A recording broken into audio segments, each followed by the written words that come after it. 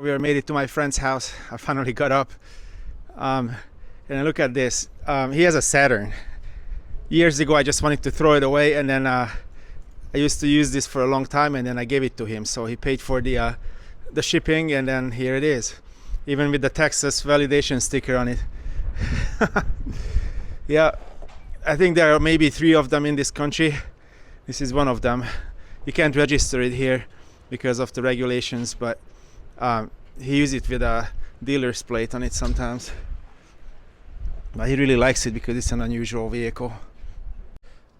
And there's the exciting part. So we're just opening the garage. We're gonna shuffle some cars because we want to get the Renault out. So this car is from Kentucky. It belonged to my buddy's mom. And then I brought it here, and then I didn't use it, so finally I just sold it to Gabor, my friend. There's a Trabant convertible. It's a 4-stroke version. It's quite rare. I think it's one of the last Trabis made. And then further on, there is a Romanian car. It's a Dacia, but it's a Dacia Coupe. It's super rare. They only made a few of them. And then here's the Renault, what we're trying to get out. Last summer, I drove this around. Went to a classic car tour with it. And the Chevy Blazer next to it behind the pole, which you can't really see, which they really fixed up like very nicely. All the bolts are cadmium treated, and it's like a new truck.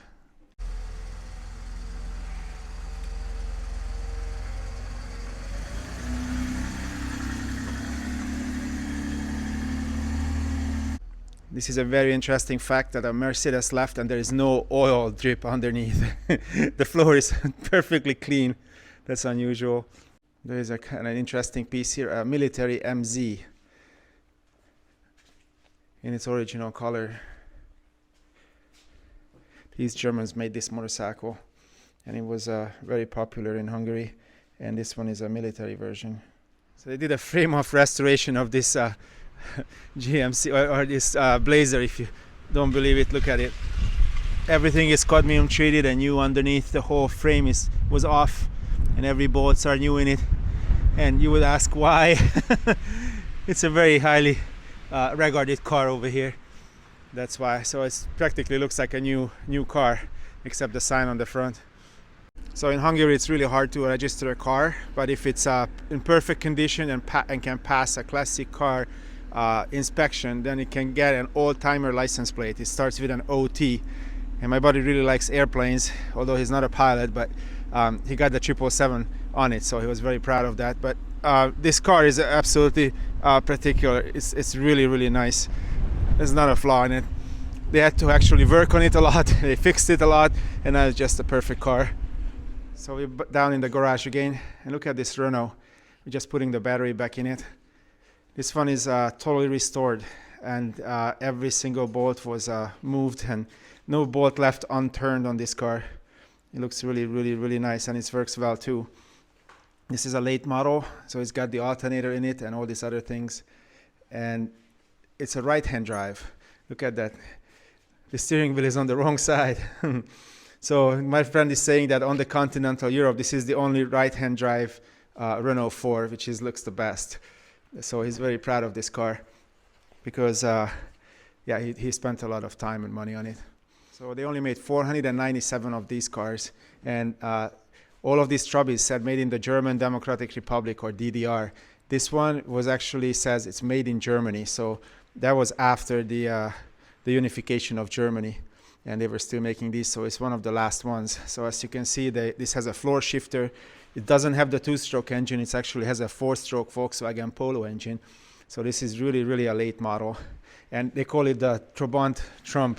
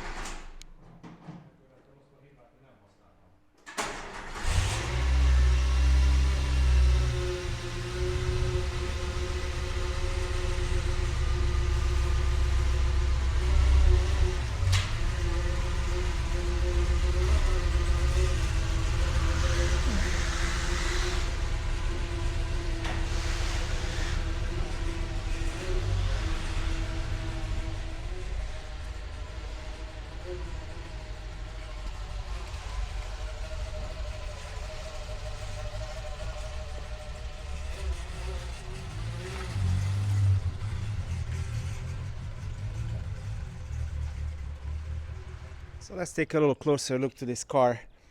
As you probably noticed, it's a right-hand drive. They made millions of these cars before in many different countries, from Argentina to Yugoslavia, but very few was made in a right-hand drive configuration. Most of them went to Northern Ireland and the British Isles, and they usually melted away in the rain and snow. So this is very exciting to see one of these still in one piece. If you look at the front bumpers, there are little extensions on it.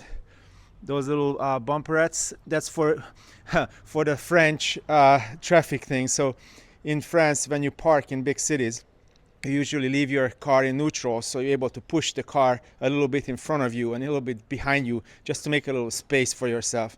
So that's a very common thing. So to protect those signal lights and the front grille, they put those two little little pipes there, little handles there. This is a very late model vehicle. It's from the early 80s. You can see all the plastic already appearing on it. And this also has a little cutout on the top, like you can open the top. So let's go and sit in and see how it feels like sitting in one of these. Of course, I always go to the left side and trying to get into the wrong side because I gotta get in on the right side. The first glance, it doesn't look like much. It's got like a modern plastic dash and a modern steering wheel. And if you look at the dash, it's got idiot lights everywhere. It looks like a Boeing 737 dashboard where I just expect to be able to push and test all the lights. But it works well. When you turn it on, you show you that sparking brake is on. It shows you that the choke is on. If it's overheating, you don't know until it's actually overheating. And of course, oil pressure and the charging light. And the light, if the light comes on, the light switch is on the left. And you got to actually twist this little thing. 1, 2, and then the light is on, and you can see the little green light coming up, and then other little switches. The windshield wipers are on the right side, and then the horn, you got to push that thing in, push the signal light switch in, and then this, whatever this is that sticks out, this is the shifter. The way to properly close a door on a Renault 4 is just to let it go. So if I would hold it out and I just let it go, it will close itself or shuts itself. There are some heater controls down here between up and down and warm and cold. It's actually got pretty good heat in it. And then there's the switch where you can turn on the fan. It's pretty basic. You see there's no armrest, there's no cup holders. You can put all your coins and telephones and whatever you have up in the shelf. And of course there's a double shelf, so there's a shelf underneath as well. Just because it's a right-hand drive car, the pedals are still oriented the same way. So you got the clutch, you got the brake, and you got the gas on the right side, just like in a normal car. So if you sit in the car and you put your hand here, your hand is actually pretty comfortably resting on this shifter knob.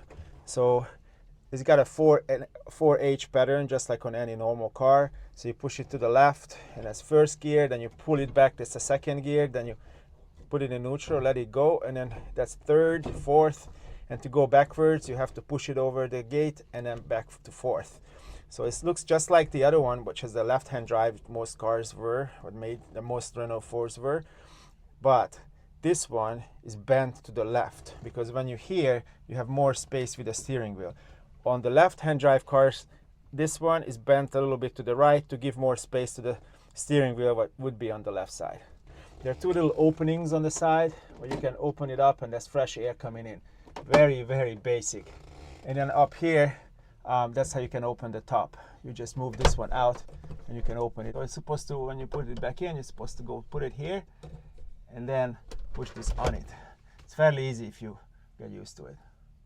As you see, this car is in pretty good condition. All the seats are original, the upholstery is original, and they come up with these headrest now. It's actually a safety feature, so if you get into a crash and you move back, your head would stay up and it's avoid neck injuries, but I don't think you have too much of a chance in this car if you get into an accident, but they are there anyway. The floor is pretty basic as well. You just got like a rubber mat and it's pretty flat on the bottom. You can see the ignition switch on the right side, just like on the left-hand drive cars, and the choke is right next to it on the steering column. French designers are always coming up with something new. They're always trying to make something better. So here comes the wheel with the 3 lug nuts. I guess it's fine. It works. 3 is enough, right? To get into the back, it would take a little bit more effort. To open the door, you cannot open it all the way. Oops, just until here. And then you gotta squeeze in on this little space here. There's also a little lock here, but you can lock. That's how you can lock the door. And of course you have sliding windows. You can't roll it up and down. That was a lot easier to make. To open the back is also very crude and easy. You just move this, move it up, and then there is that rod what will click in and hold the back up. The idea was to, in the Citroën world, when they make the 2CV, the dock, is that to be able to carry 2 bags of potatoes for like 50 kilometers away and not to use more than like a couple liters of gas. I don't remember the exact things, but that was the idea. So the idea remained here. This is a Renault, not a Citroën, but Citroën had a lot of luck with the dock. So the Renault trying to make an answer to that Citroën 2CV, and this is what they come up with. It's just one category higher than the little Citroën used to be. I want to show you guys one last thing on this car. This car is equipped with torsion springs, just like a 1960 DeSoto. So it's basically one bar, and as you twist the bar, that's how the spring works. It doesn't have the coil springs, it's just one long bar. And in order to accommodate the rear springs, there has one this way, the other one is the other way, but they can't, the car is so narrow, they didn't have enough space. So in order to accommodate that, one wheel is further up to the front than the other side. And it's not noticeable unless you look at this part here. I can put my 3 fingers here, and you can see it's 3 finger wide, this part here. Well, let's go to the other side. And on the other side, you can see how wide that is. See, my whole palm fits here. See, only French can come up with a design like this. But I have to admit, it works great. To open the hood, we gotta push that little button next to the shifter. There is that little button. Yeah, if I can see it. Yeah, there it is. So you gotta just push this one, and that's how you can open the hood. It's very, very interesting. There's no lever or nothing. You just gotta push this button and then help from the outside with your hand, and then open the hood. The hood opens backwards also. You can see that this car is in really good condition. Look at this engine. It's just not a speck of dirt. And you can see how crude this whole design is. You can see this is the shifter lever. It comes down, and there is like a stick sticking out from the transmission, which is in front of the engine, and that's how this rod is getting moved as you move the shifter lever. And you can see the late model alternator in it, and it's practically they finished making it just a few years after this car was made. I guess this was a really good place to place the jack and the lug nut wrench, or the lug wrench. And you can see also that fan, the electric fan. That's also a late model feature. But everywhere you look at the car, it's clean, it's clean, it's clean. Very nice. It's a lot of fun to drive too. They have made the body so light that basically 2 person can pretty much lift it up. If you take it off the body and pretty much nothing in it, it's like 220 pounds or 100 kilos. So it's very crude and basic design. Well, let's pile in and take it for a ride around Budapest and the surrounding areas. Okay, so now we are in that little Renault, and here's a infamous roundabout. And this Renault was made with suspension, what will not let you flip over with it.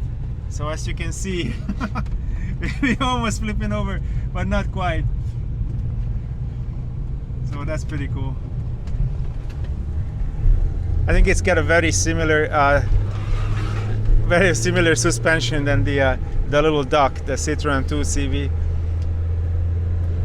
And as you can see, the steering wheel is still on the right side, which is kind of odd for us, even for us here. So now we're gonna go see one of my friends We used to be a MiG-21 pilot in the Hungarian Air Force a while back. Now he's retired.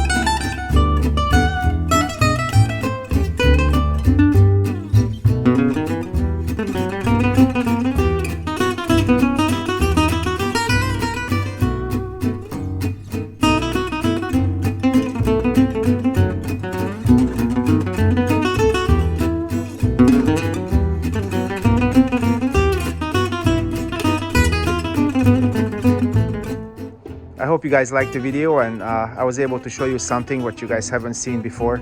A right-hand drive boot. That's how they call this car. Well, thank you for watching, and see you guys next weekend.